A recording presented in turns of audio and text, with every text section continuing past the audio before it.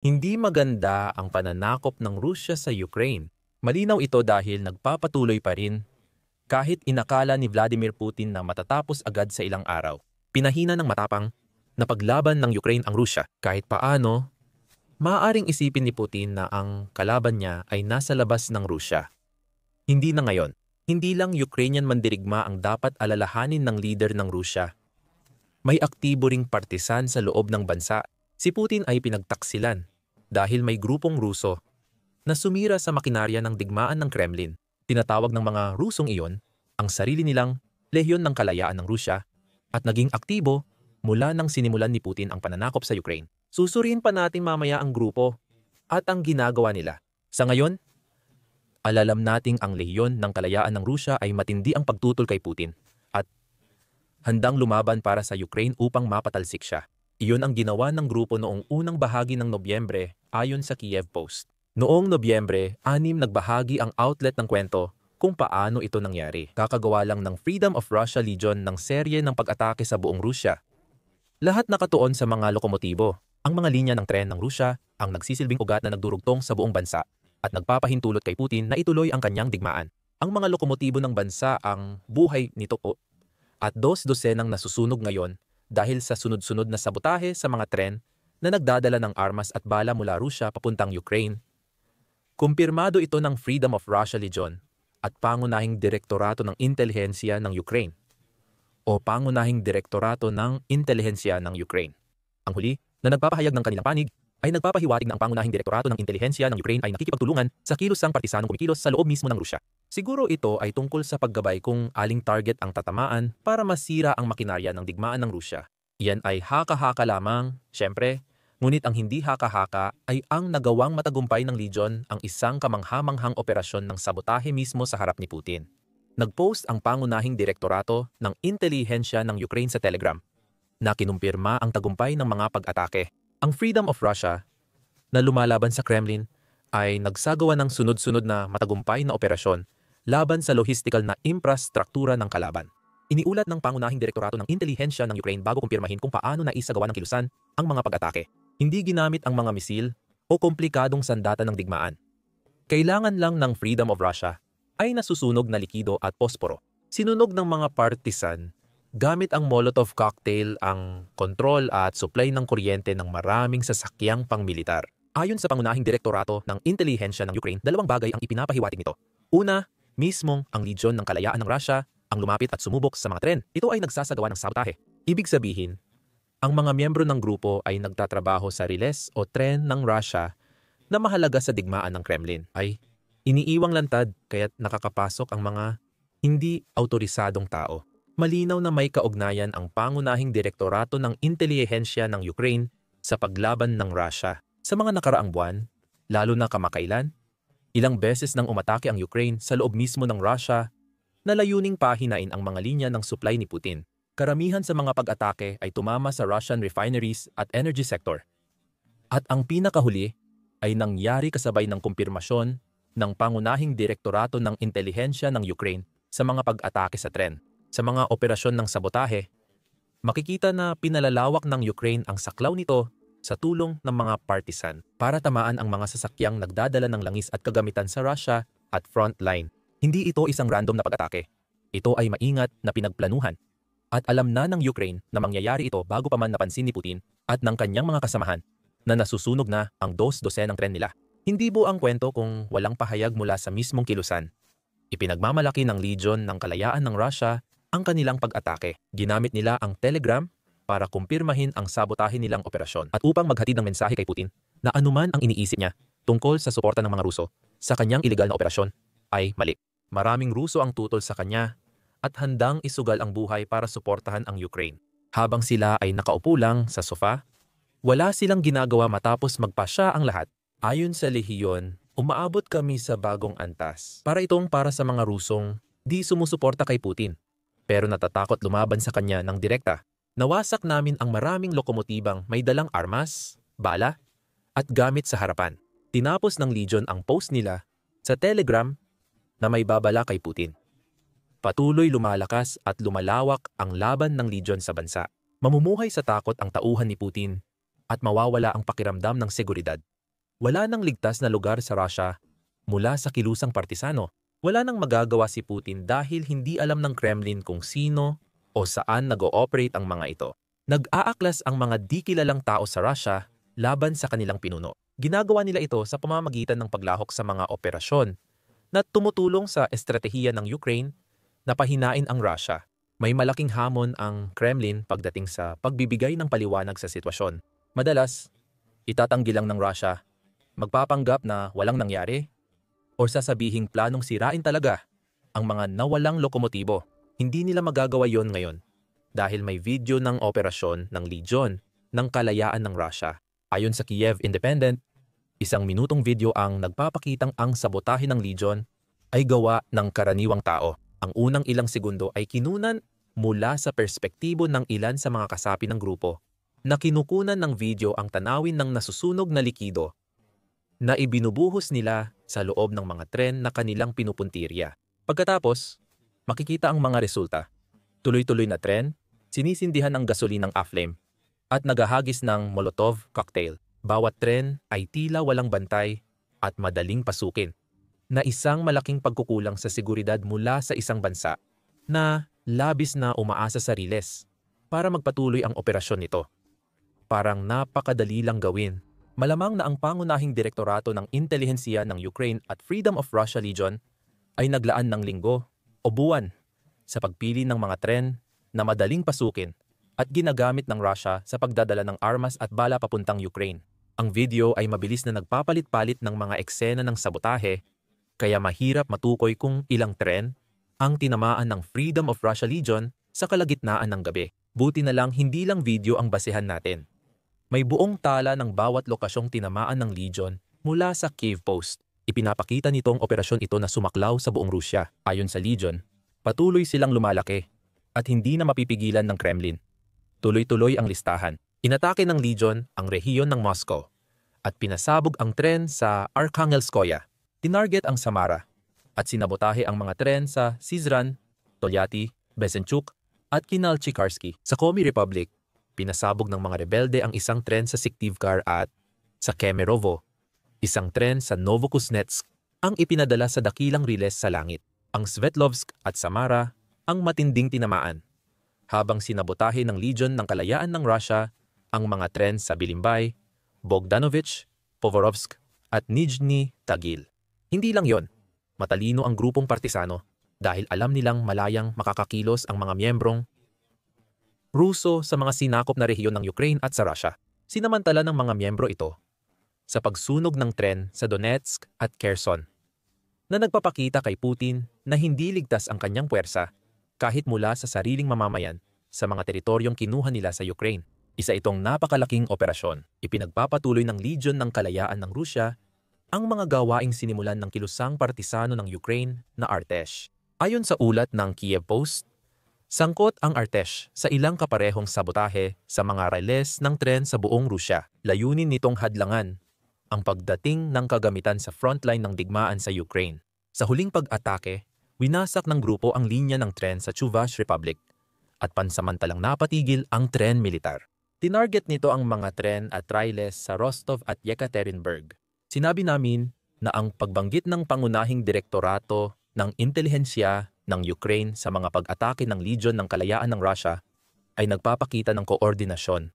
Ipinapakita ng mga operasyon ni Artesh na mas malalim ang koordinasyon kaysa inaasahan. May dalawang magkahiwalay na grupong partisan na tumatarget sa mga riles ng Russia gamit ang eksaktong mga operasyon, na malaki ang pinsala sa logistika ng militar ni Putin. Hindi ito aksidente. Mga planadong operasyong militar ito ng grupong may layuning sirain ang supply line ng Russia at nagtatagumpay sila. Hindi na nakakagulat yan. Lalo na kung nalaman mo ang tungkol sa Legion ng Kalayaan ng Russia noong Hunyo 2023. Gumawa ang Reuters ng profile tungkol sa Legion matapos ang sunod-sunod nitong pag-atake sa Belgorod, Russia para sa Ukraine. Sinasabi nito na ang Legion ay nabuo noong tagsibol ng 2022. Kinu-question ng artikulo ang grupong sinasabing nilikha dahil sa kagustuhan ng ilang Ruso na lumaban sa sandatahang lakas ng Ukraine laban sa armadong grupo ni Putin. Sa madaling salita, ang mga miyembro ng Legion ay lalaban sana sa hukbong sandatahan ng Ukraine kung maaari lang. Dahil hindi sila makasali direkta sa militar ng Ukraine, tumutulong sila sa Ukraine mula sa loob ng Russia sa pagbibigay ng impormasyon at koneksyon para sa sabotahe. Ipinagmamalaki ng grupo na sila ay direktang kumikilos sa utos ng Ukraine na kumpirmadong sangkot ang pangunahing direktorato ng intelihensya ng Ukraine noong unang bahagi ng Nobyembre. Dagdag pa ni Modern Insurgent, karamihan sa grupo ay mga imigranteng Ruso at dating kasapi ng sandatahang lakas ng Russia. May karanasan ang buong grupo na may kaugnayan sa kanilang layunin. Dagdag pa nito, ang Freedom of Russia Legion ay isang opisyal na unit sa International Legion of Territorial Defense ng Ukraine. Sa ngayon, hindi pa natin alam kung gaano talaga kalaki ang Legion. Nang una itong nabuo, ang grupo ay may humigit kumulang 100 katao at lahat ng miyembro ay mga sundalo ng Russian Army na tumalikod at lumipat sa panig ng Ukraine. Ngayon, posibleng libo-libo na ang miyembro ng grupo. Ginawa nila iyon para maisagawa ang 2 dosenang sabotahe sa mga lokomotibo sa Russia na ngayon lang ibinunyag ng pangunahing direktorato ng intelihensya ng Ukraine. May ilang pagtatantiya ang Modern Insurgent. Ilang buwan matapos, ianunsyo ang pagtatatag nito. Sinabi ng Legion na nakatanggap sila ng 300 aplikasyon sa isang araw. Wala pang inilalabas na tumpak na pagtataya tungkol sa kasalukuyang bilang ng mga tauhan ng Legion. Tinataya ng mapagkukunan na ang bilang ng grupo ay nasa pagitan ng 500 hanggang 2,000 na aktibong lumalahok sa mga operasyon ng labanan. At maaaring mas marami pa ang nagtatrabaho sa likod ng mga eksena. Hindi kasama sa pagtatayang ito ang mga miyembro ng Legion na kumikilos sa loob ng Ukraine. Kitang-kita na marami sila. Dahil noong Nobyembre, nagkaroon ng pag-atake sa tren sa Kherson at Donetsk. Isang misteryosong grupo ito na hindi makita o maintindihan ni Putin. Ang alam lang ng leader ng Russia ay nagtaksil ang Legion ng Kalayaan ng Russia sa lahat ng pinaninindigan ni Putin. Hindi kilala ang mga miyembro nito at nagdudulot ito ng malaking problema kay Putin. Paano mo mapipigilan ang grupong mahusay magtago sa dilim at naghihintay umatake? Hindi mo kaya. Ibig sabihin, marami pang mahahalagang infrastruktura ng Russia ang nadigmaan ang nanganganib pa rin. Balikan natin ang nasusunog na mga lokomotibo ng Russia. Magagalit ang Russia dahil sa pagkawala ng mga tren na ito sa 2 dahilan. Kulang na sa mga lokomotibo. At malaki ang pag-asa ng Russia sa mga tren para sa karamihan ng transportasyon. Simulan natin sa kakulangan. Sabi ng Kiev Post, nahaharap ang Russia sa nabawasang kakayahan ng mga lokomotibo at kapasidad ng kargamento mula pa noong huling bahagi ng 2023. Lahat ito ay dahil sa mga parusang ipinataw ng kanluran. Dahil sa restriksyon ng kanluran, hindi makabili ang mga kumpanyang ito ng sapat na pyesa mula sa labas ng Russia para sa pagkumpuni at pagmamantayin. Ayon sa ulat, halos 2 taon nang may problema ang Russian Railways, kaya tumaas ang oras ng pagkukumpuni. Ang kumpanya ay nagpapatakbo ng humigit kumulang 20,000 tren sa pamamagitan ng 2 kumpanya. Ang Lokotech ang namamahala sa 75% ng tren ng Russian Railways at ang natitira ay STM Service. Iniulat ng parehong kumpanya na hirap silang makakuha ng espesyal na pampadulas, bearings, at elektronikong bahagi dahil sa parusa. At ang kakulangan ng tauhan mula sa mobilisasyon ay lalong nagpapalala ng problema. Ayon sa Kiev Post, nahihirapan na ang pinakamalalaking kumpanya ng tren sa Russia dahil sa parusa at kakulangan ng manggagawa. Ang tuluyang pagkasunog ng kanilang mga tren ay lalo pang nagpapalala sa masamang sitwasyon. Ibinunyag ng Novaya Gazeta ang buong lawak ng problema sa tren ng Russia sa isang artikulo noong Hulyo na nagsasabing may matinding kaguluhan sa loob ng sistema ng tren ng Russia. Sa unang taon ng pananakop sa Ukraine, bumaba ang tren transportasyon ng ilang mahahalagang kalakal, kabilang ang hilaw na materyales dahil sa parusa ng kanluran. Ang kabuuang transportasyon ng kargamento sa buong freight network ng Russia ay bumaba ng 4% noong 2022, naging matatag noong 2023, pero bumaba ng 4% sa 2024 at mukhang magpapatuloy ito sa 2025. Pagsapit ng Hulyo, bumaba na ang rail shipments ng Russia sa loob ng 20 sunod-sunod na buwan na nagdulot ng malaking problema sa mga operasyon sa loob ng bansa at may kaugnayan sa digmaan. Mayroon ding mga problema sa crew at marami-rami ito. Pagsapit ng kalagitnaan ng 2025, ang Russian Railways ay humaharap sa kakulangan ng 3,000 crew ng lokomotibo at 2,500 inhinyero. Dahil dito, mga 200 tren sa inventaryo ang hindi napapatakbo. May sobra pa ring mga bagon ang kumpanya. Daan-daang libo pa nga. Ngunit 3,000 at libong sa mga bagon na iyon ay nakatingga na lang ngayon sa riles ng kumpanya. Marami pang madaragdag dahil winasak ng Legion ng Kalayaan ng Rusya ang maraming lokomotibang humihila sa mga bagon. Ang mga may sense of humor ay maaring magbiro na ang Legion ay nagbigay ng serbisyo sa pangunahing kumpanya ng riles ng Rusya. Inalis nito ang mga tren na hirap nang gamitin sa riles ng Rusya.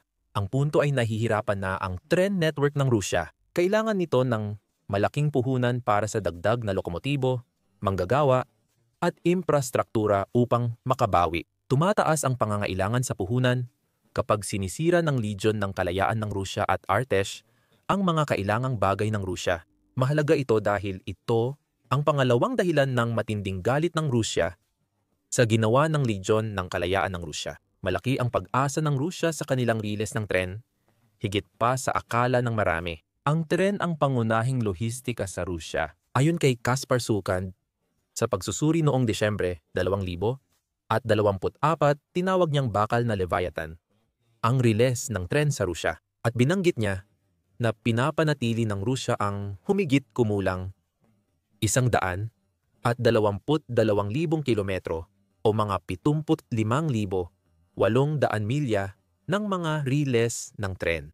Ang network na iyon ang nagdadala ng 70% ng lahat ng kargamento ng Rusya. Hindi matatawaran kung gaano kalaki ang pag-asa ng pagsisikap ng Kremlin sa digmaan sa infrastruktura ng riles ng tren. Umaasa ang sandatahang lakas ng Rusya sa network na ito para maglipat ng tropa at kagamitan. Ayon kay Sukand, maraming inilagak si Putin sa riles ng tren ng Rusya, ngunit marami sa mga iyon ang sinira ng Legion ng Kalayaan ng Rusya. Ang bakal na Leviathan ng Rusya, kahit malaki, ay madaling masabotahe at atakihin mula sa himpapawid. Nabanggit namin kanina na tila kakaiba na walang sino man ang nandoon para pigilan ang Legion ng Kalayaan ng Rusya, mga saboteur, sa pagsasagawa ng kanilang gawain. Ang dahilan nito ay maaring may kinalaman sa kakulangan ng mga empleyado na nabanggit namin kanina. Gayunpaman, malamang na naging dahilan din ang laki ng Rusya at lawak ng kanilang riles ng tren. Nakita na natin ang mga problemang dulot ng laki ng Rusya dahil sa pambobomba ng Ukraine. Ayon sa ulat ng Atlantic Council noong Setyembre, ang dating pinakamalaking yaman ng bansa, lalo na noong kailangan lampasan ng mga sumakop sa Rusya ang milyong-milyang teritoryo, ay isa na ngayon sa pinakamalalaking kahinaan nito. Sa aerial campaign ng Ukraine, kitang-kita ang kakulangan ng Rusya na depensahan ang himpapawid nito. Mukhang totoo rin ito sa 75,000 at 800 milyang parisukat ng riles na dapat alagaan ng bansa. Ang daming milya na kailangang ipagtanggol para sa bansang nawala ang 100 at 14 na milyong tao. Ang Ukraine ay may daan-daang libong mandirigma at humaharap sa krisis ng mabilis na pagbaba ng populasyon. Nagsisimula ng magkaroon ng mga puwang sa depensa na noon pa man ay malayo nang maging kumpleto. Sinusulit ng Ukraine ang mga puwang gamit ang mga partisanong grupo gaya ng Legion ng Kalayaan ng Rusya. Ngayon, napipilitan si Putin na harapin ang digmaan sa loob ng sariling bansa. Ayon sa Euromaidan Press, ang Legion ng Kalayaan ng Rusya ay kabilang sa pinakaaktibong anti-Putin na grupo sa bansa. Ngunit hindi lang ito ang grupo na hinarap ni Putin. May mga pag-aaklas na rin noon. Lalo noong 2023 nang mag-alsa ang Wagner mercenary at sakupin ang Rostov-on-Don Oblast. Plano nilang magmarcha sa Moscow pero napigilan ang pag-aaklas. Gayunpaman, ang pag-aaklas na iyon ay nagbigay ng isa sa mga pinakakilalang palatandaan ng pagtutol sa pamumuno ni Putin na lalo pang lumalakas habang tumatagal ang digmaan sa Ukraine. Ngayon, ang mga rebelde ng Rusya ay nagtatago na at lumalaban sa dilim. Ayon sa Newsweek, sinamahan ng Russian Volunteer Corps, Siberian Battalion at Artesh ang Legion ng Kalayaan ng Rusya. Abala na si Putin sa laban sa militar ng Ukraine. Malayo na iyon mula sa tuluyang pagbagsak na inaasahan niyang mangyari ilang taon na ang nakalipas. Dahil sa mga grupong lumalaban sa kanya sa loob ng Rusya, lalong titindi ang paranoia ni Putin. Ito ay ilan lang sa mga grupong aktibong tumututol sa presidente ng Rusya. Gaano kaya karami sa ating mga mamamayan ang laban kay Putin at sa pananakop niya sa Ukraine? Isa itong tanong na maaaring hindi kailanman makuha ni Putin ang tamang sagot at lalo lang nitong papalakasin ang kanyang paranoia. Kahit na patuloy pa ring nasasangkot sa isang digma ang ubusan ng lakas laban sa Ukraine na walang palatandaan ng mabilis na pagtatapos, hindi pa rin mapigilan ng Russia ang sarili nito. Ang galit ni Vladimir Putin sa NATO at sa pagpapalawak ng Collective Defense Alliance ay nagdudulot na nahahati ang atensyon niya sa Ukraine at iba pang kaalyado ng NATO sa Europe. Ngayon, mas pinapalalim niya ang hangaring wasakin ng NATO. Ang pinakabagong target ni Putin ay ang Belgium. Kasaping bansa ng NATO mula 1949. May ginagawa ang Russia na masama sa himpapawid ng Belgium. At ito'y nagdudulot ng kaba hindi lang sa Belgium, kundi pati na rin sa buong NATO. Simula Nobyembre, di umano'y nagpapadala ng drone ang Russia sa himpapawid ng Belgium. Noong Nobyembre 3, iniulat ng British Broadcasting Corporation ang ikatlong insidente sa loob ng 3 araw, kung saan may drone na namataan malapit sa base militar ng Belgium sa hangganan ng Netherlands. Noong panahong iyon, naging maingat si Theo Franken, Ministro ng Depensa ng Belgium. Nang tanungin kung sino ang posibleng responsable sa mga pagpasok na ito, may ilang ideya ako. Pero mag-iingat muna, sabi niya. Gayunpaman, ang operasyon ng drone sa loob ng 3 araw ay sapat na professional para mag-iwan ng isang posibleng sagot. Russia, bukod sa mga drone na namataan malapit sa base ng Kleine Brogel, sinabi ng British Broadcasting Corporation na may mas marami pang mga unmanned aerial vehicle na nakita rin sa mga military airbase ng Leopoldsburg at Marchand-Fermain sa Belgium. May namataang mga drone malapit sa ilang paliparan sa Belgium.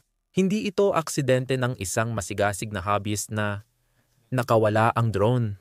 Umiikot ang mga drone sa mga base militar at paliparan dahil sa isang dahilan. Kung sino man ang kumokontrol sa mga ito ay sinusubukang magdulot ng pinakamaraming abala hanggat maaari at posibleng matutunan din ang ilang mga sikreto habang ginagawa ito. Patuloy pa ring dumarating ang mga drone na umaatake. Habang ginagawa namin ang video, lumabas ang balitang ilang paliparan sa Belgium ay tumigil sa flights dahil sa mga drone sa paligid. Ayon sa Brussels Times, pansamantalang isinara ang mga paliparan ng Brussels at Liège noong Nobyembre 6, ngunit muling nagpatuloy ang mga flight papasok at palabas. Panibagong insidente ito ng drone ngayong linggo. Napatunay na hindi ito mga aksidente. Makikita ang bakas ni Putin dito. Kahit di binanggit ni Franken noong Nobyembre 3, sabi ni Franken noon, ang mga pagpasok sa Kleine Brogel Base ay may lahat ng palatandaan ng operasyong pang-ispaya mula sa himpapawid. Ayon sa Ministro ng Depensa ng Belgium, 2 beses dumating ang mga drone. Iniulat ng Euronews. Ang unang bugso ay kinabibilangan ng maliliit na drone upang subukan ang mga radio frequency na ginagamit ng mga serbisyong pansiguridad ng Belgium. Ang pangalawa naman ay mas malalaking drone na ipinadala para guluhin ang lugar at mga tao. Pagkatapos ibunyag ang impormasyon, tumanggi si Franken tukuyin kung sino ang tingin niyang responsable. Nagbigay pa siya ng dagdag na ebidensya na nagpapakitang bahagi ito ng operasyon ng Russia. Sabi niya, hindi napigilan ng jammer ng Belgium ang mga drone dahil binago nila ang radio frequency kaya hindi ito gumana. May sarili silang frequency na di alam ng baguhan kung paano gawin. Ayon kay Franken, maaaring ayaw ng Belgian Defense Minister na magsisi, pero hindi na niya kailangan gawin iyon noong Nobyembre 3. 2 araw pagkatapos, iniulat ng Vlaamse Radio en Televisie Omroep Organisati na kumpirmado ng Belgian Security Service ang pinaghihinalaan nating lahat. Malaki ang posibilidad na Russia ang nasa likod ng sinasabi ng outlet at may sapat na ebidensya para suportahan ito.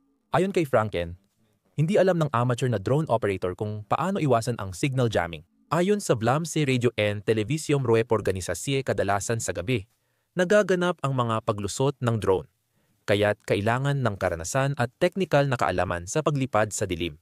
Pwedeng may hobbyist na nagpapalipad ng drone sa gabi, ilang beses kada araw, at sa maraming araw. Hindi ka panipaniwala yon. Alam din ng Belgium. Ayon sa Vlaamse Radio en Televisie Omroep Organisasi, kapansin-pansin ang pagkakahawig ng drone attack sa Denmark noong Oktubre. Lumabas na inilunsad ang mga aparato mula sa barkong kabilang sa Russian Shadow Fleet. Sa teorya, kayang kontrolin ang mga drone mula 150 hanggang 200 kilometro ang layo. Ibig sabihin, hindi kailangan sa Belgium ang mga operator. Ayon sa ulat. Sa huli, sinabi ng Vlaamse Radio en Televisie Omroep Organisasi na mas maraming insidente ng drone sa Belgium noong 2025 kaysa sa nakaraang taon na nagsisilbing dagdag na ebidensya. Noong 2024 na itala sa Belgium ang 3,000 insidente ng drone. Ngunit 2 beses lang nagpalit ng runway ang mga eroplano dahil dito. Kaunti lang ang abala. Pero ngayong taon mas seryoso ang sitwasyon. Sa loob lang ng ilang araw, 4 na sibilyang paliparan ang kinailangang pansamantalang isara. Ang paliparan ng Brussels at Liège, Martes ng gabi, Ostend, Biyernes, at Deurne, Sabado. Masyado nang marami para sabihing pagkakataon lang ito. Siguradong may kinalaman ang Russia, pero gaya ng nakasanayan ng Russia, itinanggi nila ang anumang paratang na sila ang nasa likod ng mga paglusob na ito sa Belgium. Ayon iyan sa ahensyang balita ng Russia na TASS na nagsabi noong Nobyembre, 6 sinabi ng embahada ng Russia na wala raw ginagawa sina Putin at ang kanyang mga kasamahan. Walang kinalaman ang Russia sa mga drone sa himpapawid ng Belgium. Wala kaming dahilan o interes na magpalipad ng kahit ano. Ayon sa tagapagsalita ng embahada sa Vlamsi Radio and Televisi Organisatie, sinundan pa ng embahada ang mga pagtangging ito sa pagsasabing wala ring kinalaman ang Russia sa sunod-sunod na insidente ng mga drone sa mga bansang tulad ng Poland. Parang sinasabi ng Russia na isa lang itong malaking aksidente at nag-aalala ang NATO nang wala namang dahilan. Dagdag pa ng pahayag ng embahada, ang tamang hakbang sa ganitong mga kaso ay hindi ang paglalala ng tensyon o megaphone diplomacy, kundi ang pagtatatag ng ugnayan at kooperasyon sa pagitan ng mga kaukulang ahensya. Ayon sa Russia, handa sila at tila ipinapahiwatig nilang hindi handa ang NATO. Kahit anong sabihin ng Russia, malinaw sa ebidensya na may kinalaman sila. Simple lang din ang tanong na iniiwasan ng Russia. Kung hindi Russia, sino pa? Ang Belgium ay napapalibutan ng NATO at European Union allies at mukhang malabong gustuhin ng alinman sa kanila. Naguluhin ang Belgium ng madalas at tuloy-tuloy. Isang bansa lang ang malapit sa Belgium, galit sa NATO allies, at may drone capability para gawin ito. Ito raw ay Russia. Ayon sa Europe News, mataas ang alerto ngayon ng Belgium at NATO, kahit hindi pa ito hayagang sinasabi ng Belgium. Ayon sa outlet, nagbabala ang NATO sa Russia noong huling Setyembre dahil sa mga insidente ng pagpasok ng eroplano sa himpapawid ng alyansa. Nagtatanong ang mga leader ng Europa kung handa ba ang NATO bilang kolektibo laban sa banta ng drone ng Russia.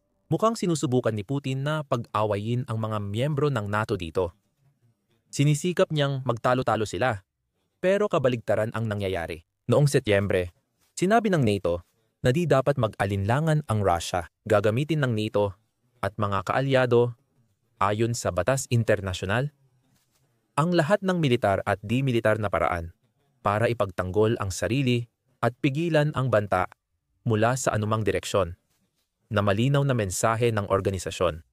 Tungkol naman sa Belgium, ang pagtanggi nitong kilalanin ang posibilidad na ang Russia ang nasa likod ng mga kamakailang paglusob ng drone ay hindi nangangahulugang wala itong ginagawa upang harapin ang mga ito. Ayon sa The Guardian, noong Nobyembre 6, magpupulong ang National Security Council ng Belgium para sa emergency meeting. Hindi pa natin alam kung ano ang naging resulta ng pulong na iyon sa ngayon. Pero ang katotohanang nagaganap ito ay patunay na pambansang issue para sa Belgium ang mga drone na ito. Malamang natatalakay ng konseho ang mga paksang kinabibilangan ng kung ano ang gagawin tungkol sa mga drone at kung dapat bang ilantad ito sa publiko. Dahil sa malinaw nitong hinala na ang Russia ang nasa likod ng lahat ng mga pagsalakay na ito, kailangan nating maghintay at tingnan pa. Habang ginagawa natin ito, tanong ay bakit? Kung ipagpapalagay natin na ang Russia ang nagpapadala ng mga drone sa himpapawid ng Belgium, ano ang magtutulak dito para gawin iyon? Ang malinaw na sagot ay mukhang patuloy na sinusubukan ni Putin na subukan ang NATO. Gayunpaman, may iba pang dahilan kung bakit napapansin ng Pangulong Ruso ang Belgium. Tingnan natin ang ilang kakaibang komento na ginawa ni Putin noong Marso 2024 bilang halimbawa. Noong buwang iyon, gumawa si Putin ng pambihirang pahayag na ang Belgium ay dapat magpasalamat sa Russia para sa mismong pag-iral nito. Sa World Youth Festival sa Sochi, sinabi ng leader ng Russia na naging malayang estado ang Belgium dahil sa malaking papel ng Russia at posisyon nito. Nagpahayag siya bilang sagot sa isang Belgian sa event ayon sa Brussels Times na agad namang pinabulaanan ang sinabi niya. Noong Belgian Revolution, sinuportahan ng Russia ang Netherlands sa pagsupil sa mga Belgian na rebelde na gustong magtatag ng sariling bansa. Taliwas sa sinabi ni Putin ang totoo. Ang mga pahayag ay tiyak na magpapataas ng kilay sa Belgium. Hindi dahil sa pagiging hindi totoo nito, kundi dahil nagbigay ito ng kakaibang pagkakatulad sa mga bagay na sinasabi ni Putin bago at matapos simulan ang pananakop sa Ukraine. Madalas baluktutin ni Putin ang kasaysayan para bigyang katwiran ang kanyang mga aksyon tungkol sa Ukraine. Naglabas si Putin ng sanaysay na nagsasabing isa lang ang mga Ukraino at Ruso na parang sinasabi niyang lahat ng Ukraino ay mga Ruso rin. Sinabi niya na ang mga Ukraino, Ruso at Belarusian ay nagmula sa isang mas malaking estado na tinawag niyang Sinaunang Rusa. Sapat na raw iyon kay Putin bilang dahilan ng pananakop. Ayon kay Putin, baluktot daw ang kasaysayan ng Ukraine at pati ang sinasabi niya tungkol sa Belgium. Hindi ibig sabihin na sasalakayin ng Russia ang Belgium gaya ng Ukraine, pero parang ganun ang gustong ipahiwatig ni Putin. Ayon sa Russia, sila ang gumawa ng Belgium, kaya dapat magpasalamat ito. At kaya rin nila itong buwagin kung nais nila. Bukod sa mga reklamo sa kasaysayan, maaaring mas simple pa ang dahilan ng pagpasok ng mga drone ng Russia sa Belgium. Paghihiganti matapos magpadala ng drone ang Russia sa Poland. Noong Setyembre, ipinatawag ng Belgian Ministry of Foreign Affairs si Denis Gonchar, embahador ng Russia sa Belgium. Ayon sa TASS, inakusahan ng Belgium ang Russia ng sinadyang paglabag sa himpapawid ng European Union member sa naturang pagpupulong. Pinalalala pa ng Russia ang kampanya nila laban sa European Union at NATO. May isip mong paano tinanggap ng Russia ito? Lalo na't sinasabi nilang wala silang kinalaman sa mga paglabag. Ang mabilis na pag-aksyon ng Belgium sa mga paratang at pagkondena ay posibleng naglagay dito sa radar ni Putin. Kung hindi pa niya naaabot ang target, magiging mapagmatsyag si Putin sa posibleng papel ng Belgium sa paggamit ng mga nakapirming ari-arian ng Russia ng European Union. May mga pag-uusap ngayon sa mga leader ng European Union ukol sa loan program para manghiram ng dolyar. 161 bilyon hanggang 200 at 13 bilyon mula sa nakapirming ari-arian. Ang pagtulong sa Ukraine ay siguradong magpapagalit kay Putin, ngunit nag-aatubili pa rin ang Belgium bilang miyembro ng European Union. Tumanggi ang Belgium na suportahan ang loan sa pinakahuling European Union Summit. Nagpahayag ito ng takot na maaaring bawiin ng International Monetary Fund ang suporta, maliban kung susunod ang bansa. Nag-aalala ang Belgium sa legalidad ng loan at baka mapilitang sumunod sa ibang European Union bansa. Kung hindi ito komportable, pabor ito kay Putin. Alam niya iyon. Hawak ng Belgian na Euroclear ang bahagi ng frozen na pera. Kaya pumapabor sa mga Ruso ang pag-aatubili ng Belgium. Bakit nga ba magsisimulang magpadala ng mga drone ang Russia sa Belgium? Siguro dahil gusto ni Putin magpadala ng banta. Baka gusto niyang ipakita sa Belgium kung ano ang haharapin nila kung magbago sila ng desisyon. Panig sa panukalang pautang gamit ang fixed assets ng European Union. Sabi ng European Union Observer, nagtalaga ang Euroclear ng bodyguard para protektahan ang executive board laban sa Russian spies. Ang mga drone na pumapasok sa Belgium ay maaring paraan ni Putin para mag-pressure sa European Union country na bukas ang paghati ng opinyon nito. Tinalakay natin kanina ang pagkakahati sa mga nakapirming ari-arian. Maaaring ginagamit ni Putin ang mga drone para takutin ang mga Belgian at manatili silang ayaw buksan ang mga nakapirming ari-arian. Narito na ang totoong dahilan ng drone attacks na ilang beses nating napag-usapan sa video. Sinusubukan ng Russia na takutin ang NATO, marahil higit pa kaysa sa pagtatangkang takutin ang Belgium. Hindi maaring nagkataon lang ang sunod-sunod at paraan ng paglusob sa himpapawid ng Belgium. Ang sunod-sunod na pag-atake ng drone sa NATO nitong mga buwan ay lalo pang nagpabagsak sa pahayag ng Russia na wala silang kinalaman dito. Noong Oktubre 6 naglabas ang Center for European Policy Analysis ng listahan ng mga umano'y paglabag sa himpapawid ng mga drone at aircraft ng Russia. Simula unang bahagi ng Setyembre, hinarap ng Poland ang mga military drone. Nagsimula ang bagong serye ng insidente noong Setyembre 9. Sa susunod na buwan, ayon sa SIPA, may 38 pang drone incidents na naitala ng NATO member countries. Nagulat ang Norway, Denmark, Bansang Baltiko at Belgium ng kakaibang drone. Pero hindi lahat ay konektado sa Russia. Noong kalagitnaan ng Setyembre, inatake ng drone ang Romania. At tila Estonia ang pinakamatindi ang naranasan. 3 MiG-31 fighter jet ng Russia ang pumasok sa kanilang himpapawid at tumagal ng 12 minuto noong Setyembre 19. Ito ay hayagang pananakot ng Russia, partikular kay Putin laban sa NATO.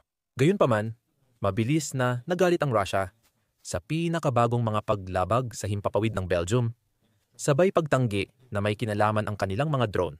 Halos kasabay ng panahon na naglabas ng pahayag ang NATO na binanggit natin kanina sa video. Isa sa mga kaalyado ni Putin ang bumalik na may matinding tugon at pinagalitan ang mga Europeo. Dahil sa sobrang takot nila sa mga drone na iginiit niyang hindi mula sa Russia. Si Dmitry Medvedev, ang tagapagsalita ni Putin, ay kaalyado niya. Ayon sa Newsweek, nagbigay siya ng 5 alternatibong paliwanag sa mga drone na pinaniniwala ang ginamit ng Russia sa mga insidente sa Belgium. Maaaring sinusubukan ng Ukraine na pukawin ang kanilang mga kaalyado na wala namang saysay, maliban na lang kung sinusubukan ni Medvedev na ipahiwatig na nagpapadala ang Ukraine ng mga drone sa Europa para mapagbintangan ng kanilang mga kaalyado ang Russia ng walang basehan. Kung hindi Ukraine, posibleng may pro-Russian na grupo sa European Union na hindi opisyal na konektado sa Russia. Posibleng sinasadya ng mga bansa sa NATO na subukan ang kanilang air defenses at hindi magrereklamo dahil sila rin ang nagpapalipad ng mga drone. Maaring mga di kilalang hooligan ang may sala. Panghuli, ang Rusya na sinubukang ipakita ni Medvedev bilang pinaka-hindi malamang sa 5 suhestyon. Talaga ba? Nagngit-ngit pagkatapos si Medvedev. Ang mahalaga ay maramdaman mismo ng mga makikitid ang isip na Europeo sa kanilang sariling balat kung ano ang panganib ng digmaan, na dapat silang matakot at manginig na parang mga hangal na hayop sa kawan na itinutulak papunta sa katayan, na dapat silang madumihan sa takot habang nararamdaman nilang malapit na silang mapahamak sa masakit na katapusan. Iyan talaga ang dahilan kaya nagpapadala ang Rusya ng mga drone sa himpapawid ng NATO. Tinakot nito ang NATO at Belgium ang pinakabagong biktima. Tungkol naman sa ibig sabihin nito para sa hinaharap, naniniwala ang ilan na idineklara na ng Rusya ang digmaan laban sa malaking bahagi ng Europa. Kung hindi man mismo sa NATO, hindi lang nito ginawang opisyal ang deklarasyong iyon. Noong Nobyembre 6 iniulat ng Channel 4 News United Kingdom na ipinahayag ni Lord George Robertson, dating pinuno ng NATO, ang kanyang panghihinayang sa panahon niya bilang kalihim general ng NATO. Nagsilbi si Lord Robertson mula 1,900 hanggang 2,003 at sinabi niyang, "Talagang nagtiwala ako kay Vladimir Putin. Minsan iniisip ko kung dapat pa naming ginawa ang mas marami noon." Tungkol naman sa sitwasyon ngayon, prangka si Lord Robertson, sinasabi niyang malinaw na nakikipagdigmaan na sa atin ang Russia. Sigurado akong kahit hindi tayo lumalaban, sila ay nagdeklara ng digmaan laban sa atin. Tinutukoy ng United States ang NATO at binigyang din ni Lord Robertson na bahagi ng hybrid warfare campaign ng Russia ang mga drone. Wala mang bombang lumilipad, nakikipaglaban na ang Russia sa isang digmaan na hindi pa lubos pinapasok ng NATO. Ang paglusob sa himpapawid ng Belgium ay isa lang sa mga bagong kilos ng digmaan ng Russia sa kampanya. Sa konteksto ni Lord Robertson, may mga sumasang-ayon din sa pananaw niya. Iniulat ng Reuters na tinawag ni Ursula von der Leyen, Pangulo ng European Commission, ang mga drone attack bilang hybrid warfare na layong magdulot ng pagkakabaha-bahagi sa European Union at NATO. Sinusubok ng mga paglusob ang depensa ng himpapawid ng NATO at nais malaman ng Russia kung gaano kalaki ang tugon sa kanilang aksyon. Ang iba pang mga bansa sa NATO na naapektuhan na ng mga drone ng Russia ay kumikilos na. Iniulat ng ABC News na nagde-deploy ang Poland at Romania ng bagong armas laban sa mga drone ng Russia. Pareho nilang gamit ang Merops drone defense system mula Amerika. Madaling ilipat gamit ang pickup truck at kaya nitong tukuyin at tutukan ang mga drone. Gamit nito ang artificial intelligence para malampasan ang jamming na ginagamit ng mga drone para pigilan ang sistemang pabagsakin sila. Ang Denmark, na tinarget ng drones ng Russia, ay magde-deploy ng Merops, ayon sa ABC News. Sa Belgium, wala pa tayo sa puntong iyon at hinihintay pa ang resulta ng meeting ng kanilang National Security Council. Mahuhulaan lang natin ang magiging tugon ng bansa sa masasamang aksyon ng Russia sa himpapawid. Magpapadala ba ang Belgium sa presyon ng Russia? O makikiisa sa Poland, Romania at Denmark sa pagpapadala ng mga sistemang laban sa pananakot ng Russia? Malalaman natin kaagad. Isa na ang Shahid drone sa pinakamahalagang sandata ng Russia. Mula nang makuha ng Russia ang unang batch mula Iran, natutunan na rin nilang gumawa ng sarili nilang Shahid. Ginagamit nila ito para matinding tamaan ang mga lungsod at infrastruktura ng Ukraine. Mura at madaling ilunsad ang mga Shahid. At dahil kontrolado ng Russia ang halos 19% ng Ukraine, maaari na itong ilunsad mula sa loob ng Ukraine. Kailangang harapin ang mga Shahid na ito. Ngayon, tinuldukan na ng Ukraine ang banta nila. Isang bus ng Russia sa unahan na ginagamit para mag-imbak ng maraming Shahid drone ang nilamon ng napakalaking apoy matapos itong tamaan ng matinding pag-atake ng Ukraine laban sa mga Shahid sa sarili nitong teritoryo.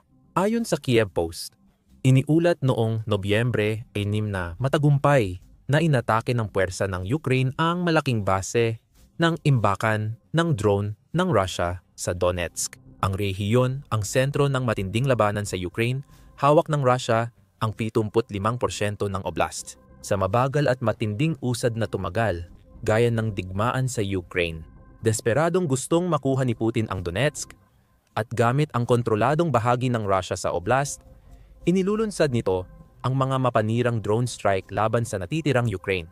Prioridad ang pagtumba ng mga drone sa Donetsk. Nagawa na ito ng Ukraine.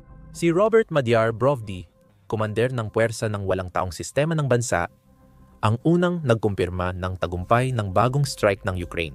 Gumamit siya ng Telegram upang magbigay ng ilang detalye at sinabi niya, kinailangan ng ilang buwang masusing trabaho para mabuo ang masalimuot na target mula sa maliliit na piraso. Kagabi, ginamit ng Special Security Operations at tropang may missile ang tamang strike assets para dito. Ayon sa Kyiv Post, sinabi ni Brovdi na ang tinamaan ng Ukraine na base ay imbakan at launch site ng mga Shahid drone. Dahil sa Ukraine, wala na ang base, dagdag pa niya. May video raw na sinabi ni Brovdi na patunay dito. Isang 17 segundong video sa kanyang Telegram post ang nagpakita ng malaking pagsabog at malakas na pagbagsak. Ipinapahiwatig nito na gumamit ang Ukraine ng iba pang bagay bukod sa kanilang mga drone para sa pag-ataking ito. Habang umaakyat ang apoy at usok, malinaw na may malaking tinamaan at sumabog sa Ukraine. Ayon kay Brovdi, pasilidad ito ng Shahid drone. Pero ayon sa Kyiv Post, hindi pa nila nakukumpirma ang video. Marahil hindi na kailangan. Ang laki ng pagsabog ay maaaring sapat na patunay. Ibinahagi pa ng Telegram channel na Spy Dossier ang detalye kung paano isinagawa ng Ukraine ang pag-atake. Sinabi nitong gumamit ang Ukraine ng drone at cruise missile sa pag-atake, pero hindi tinukoy ang mga uri.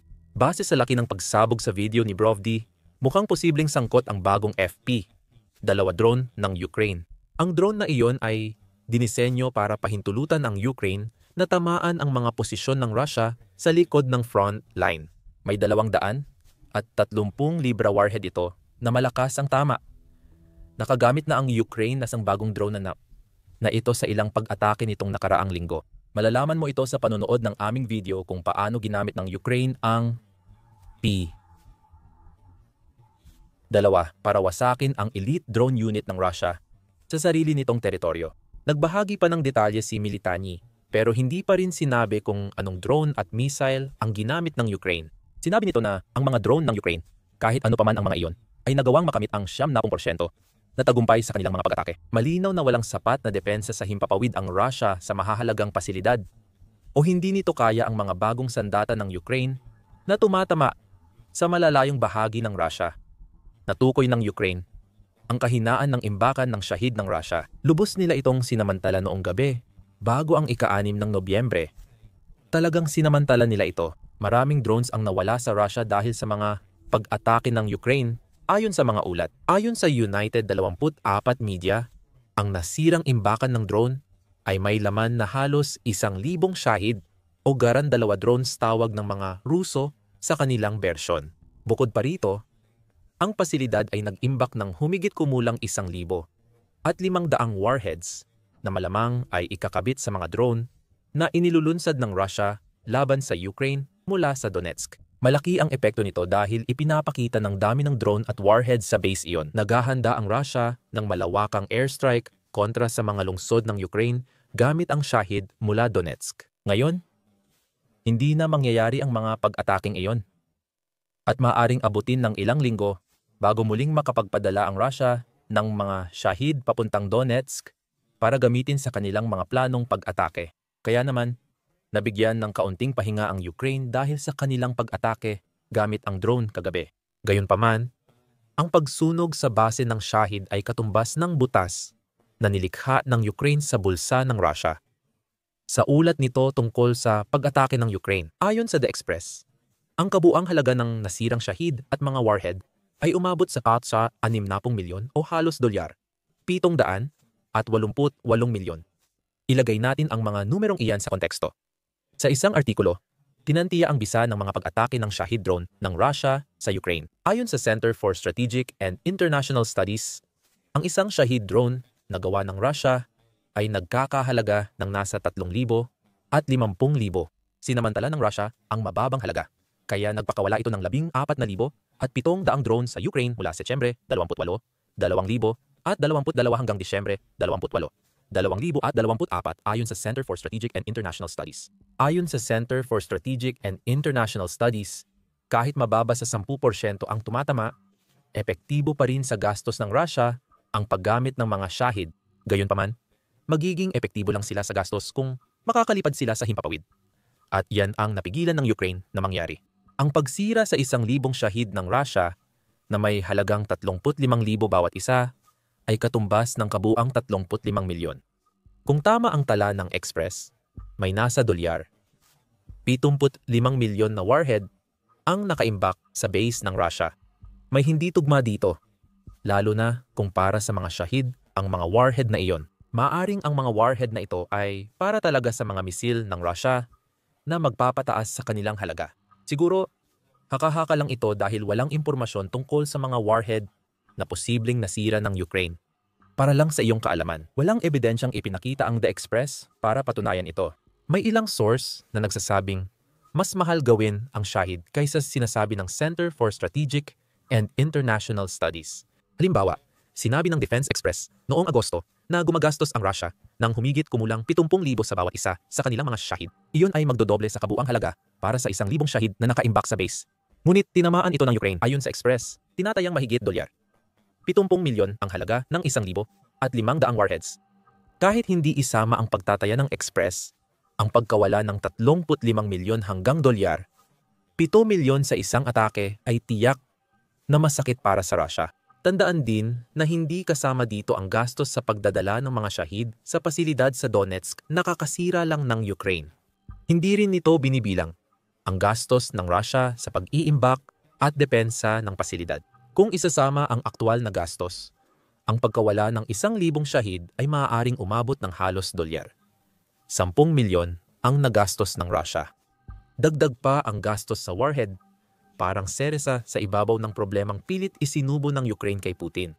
Paalala, ang 1,000 Shahid at 1,500 warhead ay iyong mga alam na nakaimbak ng Russia sa base nila sa Donetsk. Hindi ibig sabihin na Ukraine ang sumira sa lahat ng iyon noong Nobyembre.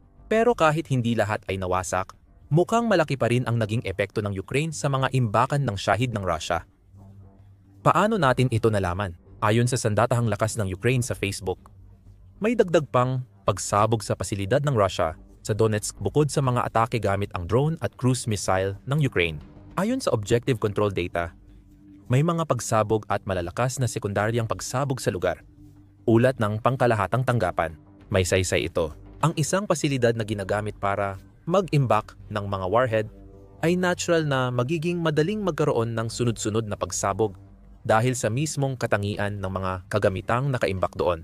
Tila ang drone at misil ng Ukraine ang nagdulot ng mga pagsabog.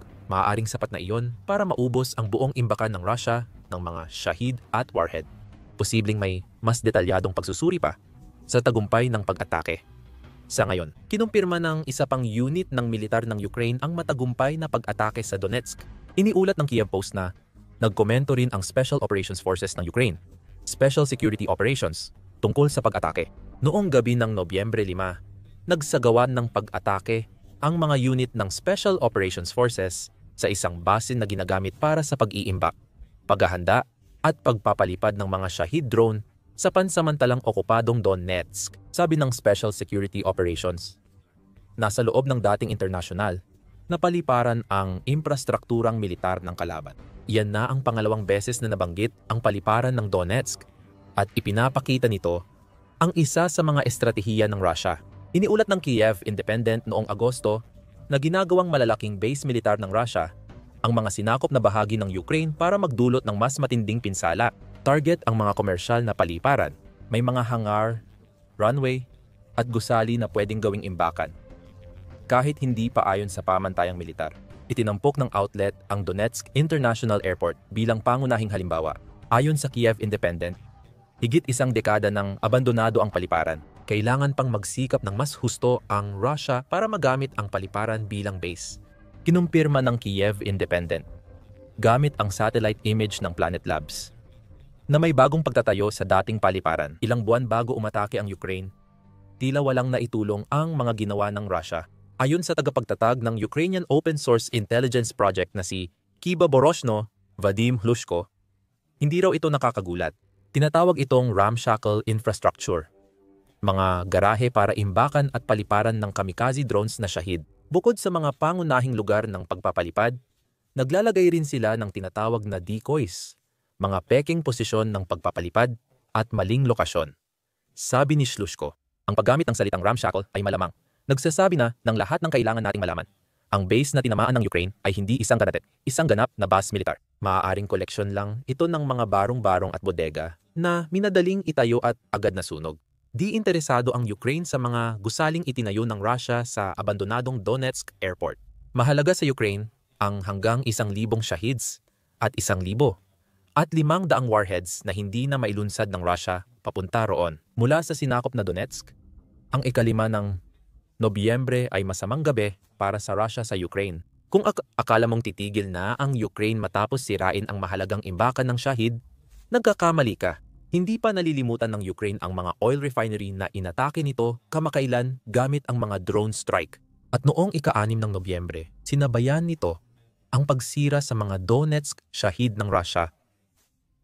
Isa na namang pag-atake sa refinery. Magdadagdag pa ito sa krisis sa langis na lumalala ngayon sa Russia. Ayon sa Kiev Independent, yumanig ang mga pagsabog sa Volgograd Oil Refinery ng Russia na nagdulot ng sunog. Ang refinery na ito ay isa sa pinakamalaki sa Russia. May kapasidad na 157 milyong tonelada at gumagawa ng 56% ng refining sa bansa. Hindi lang pinagkaitan ng Ukraine ang Russia ng isa sa pinakamahalagang sandata nitong mga nakaraang araw, kundi nakapinsala rin ito muli sa kakayahan ng Russia na gumawa ng gasolina, diesel at aviation fuel. Dapat ipagpatuloy ng militar ng Russia ang digmaan ni Putin.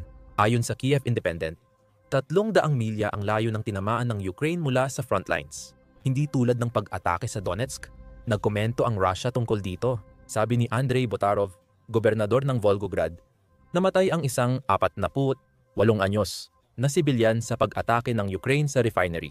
Hindi pa ito kinumpirma ng mga independenteng source at gaya ng dati, iniiwasan ng Russia ang pagbanggit sa nasunog na refinery. Malaki ang epekto ng pag-atake ng Ukraine sa mga refinery sa kakayahan ng Russia sa digmaan.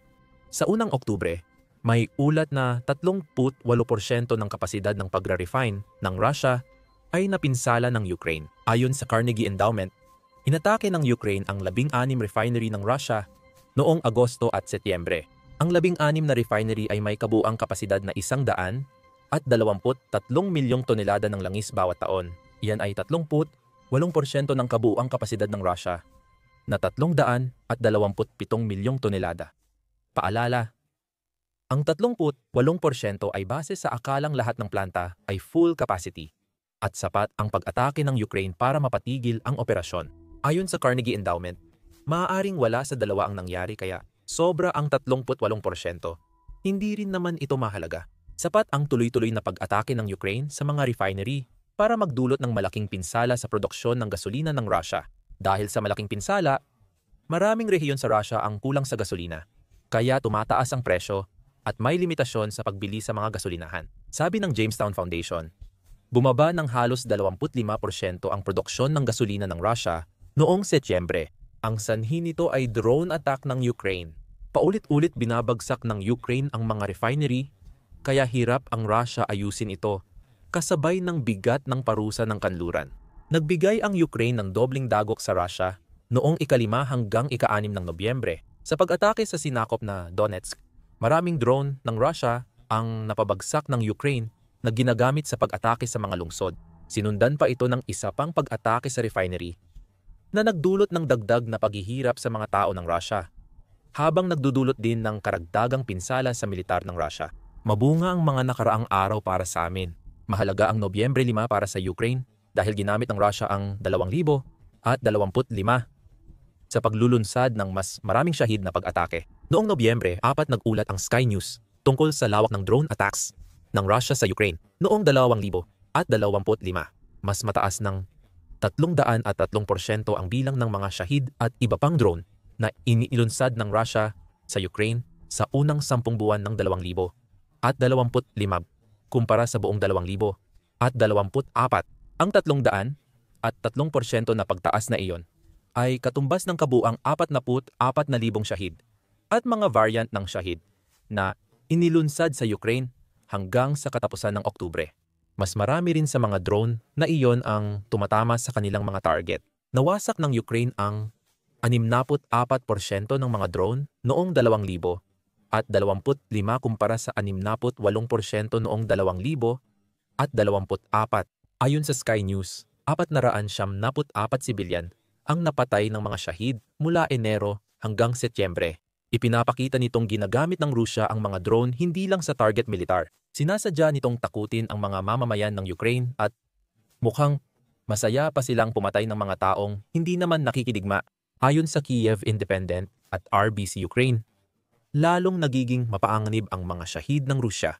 Noong Mayo, iniulat na kayang maglakbay ng shahid ng Rusya sa bilis na 300 at 84 hanggang 400 kilometro o 200 at 36, 248 milya bawat oras. May 70 kilong warhead. Ang mga ito, kaya nilang magdala ng 100 at 78 libra ng pampasabog.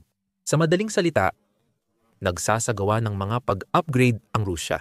Pinalalala ng mas malalakas at mas maraming drone ng 2,000 at 25 ang mas pinalawak na pag-atake ng bansa sa Ukraine. Kumpara sa mga drone ng Rusya noong 2024. Noong huling bahagi ng Oktubre, binigyang diin ng RBC Ukraine ang panganib ng mga bagong Shahid drone sa pamamagitan ng pagbabahagi ng pahayag ni Pangulong Volodymyr Zelensky ng Ukraine. Minsan, mas delikado pa ang mga Shahid kaysa ballistic missile. Kaya naming pabagsakin ang ballistic missile, lalo na kung may Patriot system sa lugar. Kailangan naming gamitin lahat para mapabagsak ang maraming Shahid na lumilipad ng mataas. Ayon kay Zelensky, talagang ibig niyang sabihin ay lahat. Ang interceptor drone, helicopter, F-16 at air defense ng Ukraine ay gamit nila laban sa mga Shahid ng Russia. Kung masama na ang mga bagay sa 2025, lalo pa itong lalala sa mga susunod na buwan. Iniulat ng Newsweek noong Nobyembre 2 na nagpalipad ang Russia ng mahigit 1,500 drone sa Ukraine sa isang linggo. Malinaw ang dahilan sa mga sumusubaybay sa taktika ng Russia tuwing taglamig ng digmaan. Layunin ni Putin na sirain ang mas maraming infrastruktura ng enerhiya ng Ukraine. Muli, ang layunin ay magdulot ng pinakamaraming sakit sa mga sibilyang Ukrainian hanggat maaari. Umaasa ang Russia na maiiwan nitong maraming tao na nakakaranas ng pagkawala ng kuryente at kawalan ng pag-init habang dumarating ang napakalamig na taglamig ng Ukraine. Malamang na isasama ang 1,000 shahids at 1,500 warheads sa Donetsk sa kampanya ngayong taglamig. Ang sinakop na Donetsk ay perpektong lugar para maglunsad ng mga drone na kayang tumama sa halos anumang target sa Ukraine. Ang matagumpay na pag-atake ng Ukraine sa imbakan ng drone ng Russia ay posibleng makatulong na maiwasan ng ilang lungsod ang krisis sa enerhiya na nais ni Putin. Malaking tulong ang dagdag kuryente at init para hindi na mag-alala ang mga tao sa Shahid. Tinapos lang ng Ukraine ito. Mas alam ng Ukraine kaysa kanino man kung gaano kadelikado ang mga Shahid ng Russia. Ang pag-atake noong Nobyembre 5 sa Donetsk ay bahagi ng kampanyang pigilan ang paglulunsad ng mas maraming mapanganib na drone. Simula Hulyo, matindi nang tinatarget ng Ukraine ang mga pasilidad ng drone ng Russia. Ayon sa Kiev Post, noong Hulyo 1, sinira ng Ukraine ang 4 na paggawaan sa Kupol Electromechanical Plant sa Izyevsk. Gumagawa ang planta ng drone at air defense systems, kaya malinaw ang layunin ng Ukraine. Tinamaan ng Ukraine ang planta ng Shahid drones sa rehiyon ng Moscow noong Hulyo 4. Mga isang buwan matapos iyon, tinamaan din nila ang isang storage facility sa Tatarstan na nagbibigay ng mga piyesa na ginagamit ng Russia para gumawa ng mga Shahid. Noong Agosto 15, inatake ng Ukraine ang Olya Seaport at pinalubog ang barkong Iranian na may piyesa ng drone para sa Russia. Paulit-ulit ang pag-atake sa storage facility sa Donetsk bilang bahagi ng kampanya. Alam ng Ukraine ang epekto ng kanilang pag-atake. Kahit maganda ang pag-atake, alam nilang marami pang shahids ang Russia sa mga pasilidad sa buong Russia at sinakop na Ukraine. Kasing halaga ng pagkasira ng drone ang mensaheng ipinadala ng Ukraine sa Russia noong Nobyembre 5. Kaya na nitong tamaan ang mga pasilidad ng drone ng Russia kahit nasa labas ng labanan. Ibig sabihin, nanganganib na ngayon ang lahat ng gusali ng imbakan na ginagamit ng Russia. Kung papalarin, matutumbok ng Ukraine ang sapat na target para mapahina ang puwersa ng Russia ngayong taglamig. Kailangan nilang gawin iyon. Sa katunayan, maraming beses nang ipinakita ni Putin na wala siyang pakialam kung ilang sibilyan ng Ukraine ang mamatay dahil sa mga Shahid drone ng Russia. Ang Pangulong Ruso na si Vladimir Putin ay hindi na ang matatag at malakas na leader na dati niyang kinakatawan. Nag-iisa, paranoid, at malayo sa realidad. Nararamdaman ng 73 anyos na leader na bumabaliktad na ang sitwasyon laban sa kanya. Ganap na nabigo ang digmaan niya sa Ukraine, bumagsak ang ekonomiya, at tinalikuran na siya ng mga dati niyang kaalyado. Pati mga mamamayang Ruso, kabilang ang dating taga-suporta, ay lalong nagagalit at nababahala sa pabigla-bigla at walang saysay na desisyon ng kanilang leader. Dumarami na ang mga protesta at pag-aaklas sa bansa. Ramdam ni Putin na humihina ang kanyang kapangyarihan, kaya desperado niyang ibinabaling ang sisi sa kaguluhan ng bansa. Dahilan kung bakit tinanggal niya ang maraming general, elitista at opisyal nitong mga nakaraang buwan. Ngayon, binabalingan na rin niya ang pinakamalalapit at pinakamatapat niyang kaalyado na nagpapakitang walang ligtas at nagdudulot ng kaguluhan sa Kremlin. Si Putin ay kilala bilang isang malupit na leader. Isang tao na gagawin halos lahat para sa kapangyarihan, kahit ano pa ang kapalit. Nakilala rin siya bilang taong pinapahalagahan ang katapatan higit sa lahat. Ginagantimpalaan at pinararangalan niya ang mga nananatiling tapat sa kanya at ibinubuhos lamang ang kanyang matinding galit sa mga sa tingin niya ay nagtaksil, lumapastangan o sumuway sa kanya. Noong unang nahalal siya bilang Pangulo noong 2000, iniulat na nag-organisa siya ng isang pagpupulong kasama ang 21 sa pinakamayayamang lalaki sa Russia, ang mga oligarko. Ayon sa tawag ng publiko, noong dekada 90, habang ang bansa sa paligid nila ay bumabagsak sa kaguluhan, sinunggaban ng mga lalaking ito ang anumang oportunidad na makita nila. Nalulong sa korupsyon, kaduda-dudang mga negosyo at, mas malala pa, mga krimen, upang magkamal ng yaman at umangat sa mataas na antas ng lipunan. Kontrolado nila ang malaking bahagi ng ekonomiya at may malakas na impluwensya sa politika at lipunan. Ngunit nang tumuntong si Putin sa Kremlin, tinipon niya silang lahat upang formal na ipaalam kung sino talaga ang namumuno. Ayon sa ulat, nag-alok di umano si Putin ng kasunduang magtatakda ng takbo ng kanyang karerang pampolitika at nang hinaharap ng Russian Federation. Simula noon, papayagan niyang manatili sa mga oligarko ang kanilang mansyon, pribadong jet at malalaking negosyo. Basta't di sila makikialam at tatanggapin ang kanyang autoridad. Marahil naramdaman nilang kaharap nila ang isang tao na hindi nagbibiro. Pumayag ang maraming oligarko sa kasunduan at ginantimpalaan sa kanilang katapatan. Dumoble ang yaman nila, tumibay ang posisyon sa kapangyarihan, at namuhay silang marangya. Ang mga tumalikod sa kasunduan, gayunpaman, ay naranasan ang buong bagsik ng galit ng Pangulo. Si Mikhail Khodorkovsky, dating pinakamayamang tao sa Russia, ay inaresto noong 2003 at hinatulan ng 9 na taon sa bilangguan sa Siberia dahil sa pandaraya at pag-iwas sa buwis. Maraming tagamasid mula sa labas.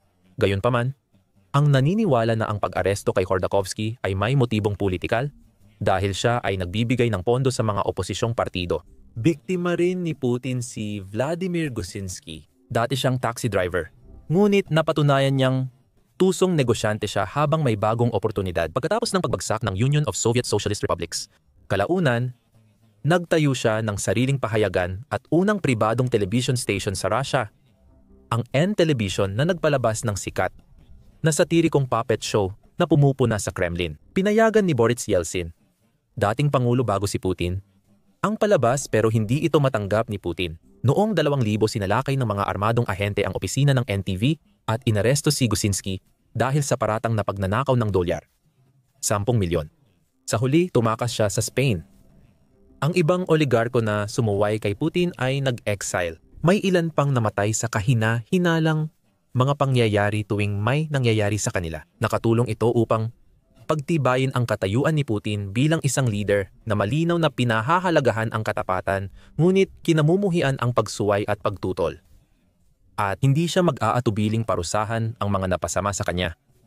Sa kanyang autobiography, ipinahayag pa nga ng leader ng Russia, "Marami akong kaibigan pero konti lang ang talagang malapit sa akin. Hindi sila nawala o nagtaksil at hindi ko rin sila pinagtaksilan. Para sa akin, iyon ang mahalaga." Matagal na ring ganito ang kalagayan. Madalas tanggalin ni Putin ang mga opisyal at elitista na nakakainis sa kanya, pero naninindigan siya sa iilang tapat at dedikadong tao ng Kremlin.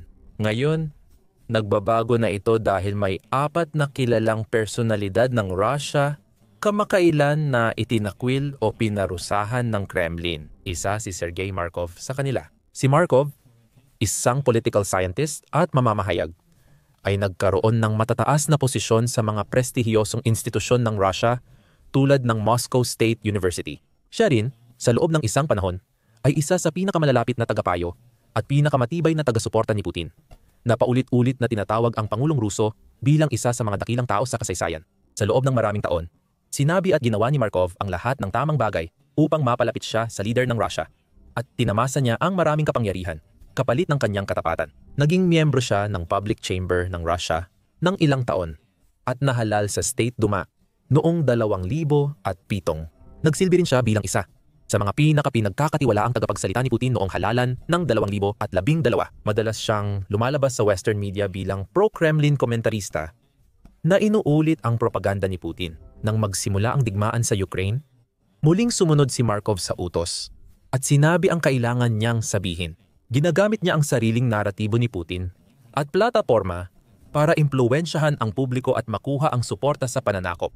Sinabi niyang ang digmaan ay hindi laban sa Ukraine kundi para palayain ito. Katulad ni Putin, sinabi rin ni Markov ang tungkol sa mga neo-Nazi at teroristang sumakop sa Ukraine at iginiit na ang espesyal na operasyong militar ng Russia ay makataong intervention. Tinuligsa rin niya ang papel ng Amerika sa sigalot at iginiit sa Sky News noong 2022 na hindi ito digmaan ng Russia at Ukraine. Digmaan ito ng Russia laban sa mga puppet ng United States na sumasakop sa Ukraine, paglaya ng Ukraine at proxy war ng United States kontra Russia. Naniniwala kami na walang malayang pamahalaan sa Ukraine at ito ay kontrolado ng seguridad ng Estados Unidos. Si Markov ay matagal ng tapat na tagapaglingkod ni Putin. Noong Agosto 22 ngayong taon, opisyal siyang tinawag na dayuhang ahente ng Russian Justice Ministry. Karaniwan, ang label na ito ay inilalagay sa mga taong pinaniniwalaan ng Moscow na nakikipagsabwatan sa ibang bansa o gumagawa ng mga pampulitikang pakana laban sa Kremlin. Maraming mamamahayag, aktivista, sikat, at karaniwang Ruso na hindi sang-ayon sa rehimen o sumusuporta sa ibang bansa ay tinawag na dayuhang ahente at tinrato bilang kriminal. Ngunit ito ay isa sa iilang pagkakataon kung saan ang isang kilalang political analyst na buong karera niyang sumusuporta kay Putin at sa Kremlin ay tinatakan din ng parehong label. Ayon sa ulat, nangyari ito dahil sa malapit na koneksyon ni Markov sa mga elitistang politikal ng Azerbaijan. Kahit bumaba ang relasyon ng Moscow at Baku, tuloy pa rin ang pagbisita at pakikipag-ugnayan ni Markov sa mga opisyal ng Azerbaijan. Sabi ni Alexander Kots, war correspondent, pati pagyuko at pagluhod kay President Ilham Aliyev ay ginawa ni Markov. Siyempre, hindi natuwa si Putin. Kailangan niya ng ganap na katapatan at ayaw niya sa mga may kaugnayan o pakikisama sa mga lider ng ibang bansa, lalo na sa mga sumuway o nagpagalit sa kanya. Dahil dito, pinarusahan si Markov at malamang na mahihirapan siyang maibalik ang dati niyang katayuan. Dahil sa dami ng kanyang naibigay sa Kremlin, hindi nakapagtataka na nagulat ang analyst nang tawagin siyang isang banyagang ahente. Una, sinabi niyang tiyak na pagkakamali o paninira lang ito. Bago niya isisi sa mga kaaway ng Russia, mariin niyang itinanggi na si Vladimir Putin, ang kanyang matalik na kaalyado, ay kayang gumawa nito laban sa kanya. Hindi ako dayuhang ahente at malinaw ito sa lahat. Sa 25 taon, sinuportahan ko at patuloy kong sinusuportahan ang mga polisiya ni Vladimir Putin. May parusa rin sa akin ang Canada. Ang pag-ataking ito ay gawa ng mga kaaway ng Rusya at ng mga pulisya ni Vladimir Putin. Sa kalaunan, ilalantad din ng mga taong ito ang kanilang sarili bilang mga traidor o matatanggal sa pwesto bilang mga tiwaling opisyal. Ilang buwan na ang lumipas mula noon. Pero hindi pa rin tinulungan ni Putin. Si Markov ay tinuturing pa ring dayuhang ahente habang patuloy siyang nagbibigay komento sa digmaan sa Ukraine at international na politika. Hindi na siya kasing impluwensyal at mahalaga tulad ng dati. Si Roman Alyoshin ay makaputin na nasyonalista ng Russia na di inasahang mapasama sa listahan ng dayuhang ahente. Tubong rehiyon ng Kursk sa Russia, nakatabi ng Ukraine. Dating pulis si Alyoshin bago pumasok sa negosyo at matagpuan ang tawag niya sa media. Bumili siya ng ilang outlet sa Kursk at nagkaroon ng mahigit 150,000 online followers sa Telegram. Pagkatapos magsimula ang pananakop sa Ukraine noong 2022, regular siyang nag-post tungkol sa labanan at nangalap ng pondo para sa mga nasa unahan. Noong Nobyembre 2022, itinalaga siyang pinuno ng Regional Volunteer Group na Tayo ay Magkasama. Pagsapit ng tag-init 2024, napansin siya ng Kremlin at binigyan ng advisory role para kay Kursk Governor Alexei Smirnov. Pagkatapos, nagsimulang magkaproblema ang mga bagay-bagay. Una, inaresto si Smirnov dahil umano sa paglustay ng 1 bilyong rubles na nakalaan sana para sa pagtatayo ng mga depensang estruktura sa hangganan ng Ukraine. Agad na nagbitiw si Alyoshin sa kanyang posisyon. Hindi nagtagal matapos siyang akusahan na ginamit niya ang mga donasyong nakalaan sana para suportahan ang digmaan upang bumili ng mamahaling sasakyan para sa sarili niya. Noong Marso 2025, inihayag ni Alyoshin ang pagsali niya sa Ahmad Special Forces Battalion at ang paglahok sa operasyon para mabawi ang bahagi ng Kursk region mula sa armadong puwersa ng Ukraine matapos nilang sakupin ang ilang bayan at pamayanan sa Russia. Noong 2024, nagyabang siya tungkol sa kanyang mga kabayanihan sa labanan, ngunit agad ding inihayag na tinatapos na niya ang kanyang kontrata sa militar. Pagkatapos noon, si Alyoshin ay lalo pang napagtuunan ng pansin matapos kumalat sa Russian social media ang isang video kung saan hayagan siyang nakikitang pinag-uusapan ang mga scams sa money laundering. Naglunsad ng investigasyon ang Ministry of Interior ng Russia at nitong Setyembre, opisyal na tinukoy si Alyoshin bilang dayuhang ahente. Tulad ni Markov, nagulat din siya at hindi makapaniwala sa balita kaya nag-post sa Telegram para ibahagi ang saloobin. Iginiit ni Alyoshin sa isang mahabang post na hindi siya tumanggap ng pondo mula sa ibang bansa at katawa-tawa ang bansag na dayuhang ahente. Dagdag pa niya, pinarusahan siya ni Pangulong Volodymyr Zelensky ng Ukraine. Layunin lang niya suportahan ang mga tropang Ruso sa frontline at hindi niya pagtataksilan ang inang bayan o mga mamamayang Ruso. Ngunit kahit alin doon, hindi pa rin natanggal ang kanyang pangalan sa listahan ng mga dayuhang ahente. Ngayon, kailangan ng dalawang lalaki na laging ipahayag online na sila ay mga dayuhang ahente. May matinding problemang pinansyal sila at iniiwasan ng ibang grupo at personalidad na ayaw madamay sa issue. Kahit na si Alyoshin ay talagang nagkasala ng korupsyon, hindi naman iyon talaga ganoon kalaking bagay. Dati, si Putin at mga kasamahan niya sa Kremlin ay nagbubulag-bulagan sa korupsyon at iba pang krimen. Basta't nagpapakita ng sapat na antas ng katapatan ang mga gumagawa nito. May panahon na si Alyoshin ay gagantimpalaan sa kanyang ginawa. Pinararangalan sa mataas na posisyon at pinapayagang mamuhay ng marangya. Habang ginagampanan niya ang papel na gusto ng Kremlin, siya, tulad ng iba, ay pinutol at itinapon. Mas mabigat na parusa ang natanggap ni Tatiana Montian, isang abogadong ipinanganak sa Ukraine at pro-Russian blogger. Ipinanganak sa Kerch sa Crimean Peninsula. Nag-aral si Montian ng abogasya sa Moscow State University bago lumipat sa Kiev, kung saan naging aktibo siya sa mga kilalang kasong pampolitika sa paglipas ng panahon. Tinutulan niya ang Euromaidan protests noong 2013 at ipinagtanggol ang mga kontrobersyal na personalidad tulad ni na pro-Russian blogger Ruslan Kotsuba at neo-Nazi Vita Zavaruka. Bago ang digmaan, umalis si Montian sa Ukraine papuntang Russia at naging kilala sa Russian television at online video. Ibinahagi niya ang kanyang suporta sa pananakop sa kanyang sariling bayan at sa pagpatay sa kanyang mga kababayan. Pero hindi mahalaga kung gaano kadami ang pro-Putin propaganda o ilang ulit siyang lumabas sa Russia Today network ng Kremlin noong Oktubre 27. Itinuring ng pamahalaang Ruso si Montian bilang dayuhang ahente, terorista at ekstremista. Isa ito sa pinakamabigat na tatak mula Kremlin. Kalimitang ginagamit sa mga itinuturing nitong pinakamapanganib na kaaway. Hindi sinabi ng Kremlin kung ano ang ginawa ni Montian para mapasama sa matinding klasifikasyon. Pero nasuri siya dahil umano sa maling paggamit ng nalikom na pera para sa mga puwersa sa unahan. Binanggit ni Montian ang mga krimen sa digmaan at matinding kaguluhan sa unahan. Maaaring sapat na ito upang mainis ang mga opisyal ng Kremlin at magpasya silang kumilos laban sa kanya. Kahit ano paman, tulad ni Alyokin, sana'y di nangyari ang insidenteng ito ilang taon na ang nakalipas. Nang magsimula ang digmaan, tiyak na natuwa sina Putin at Kremlin officials na may kakamping tulad ni Montian, isang pro-digmaang propagandistang ipinanganak sa Ukraine, na magagamit bilang patunay na makatarungan at kailangan ang kanilang pananakop. Dapat niyang asahan ang buhay na maginhawa at ligtas sa Moscow habang umaangat sa kapangyarihan. Maaaring mabigyan siya ng sariling palabas sa telebisyon o maging host sa isang sikat na news network habang tinatangkilik ng presidente. Ngayon, siya na ang sentro ng malaking kasong kriminal. Naka-freeze na ang kanyang mga bank account at mahigpit siyang binabantayan ng Estado na may hindi tiyak na kinabukasan. Ang ika-4 na tapat kay Putin na biglang bumagsak ang katayuan ay siya ring pinakasikat at pinaka-maimpluwensya sa lahat. Ministro ng Panlabas ng Rusya, Sergey Lavrov. Si Lavrov ay naging pangunahing tauhan sa digmaan hanggang ngayon at siya ay isang taong inialay ang buong buhay niya sa paglilingkod sa kanyang bayan.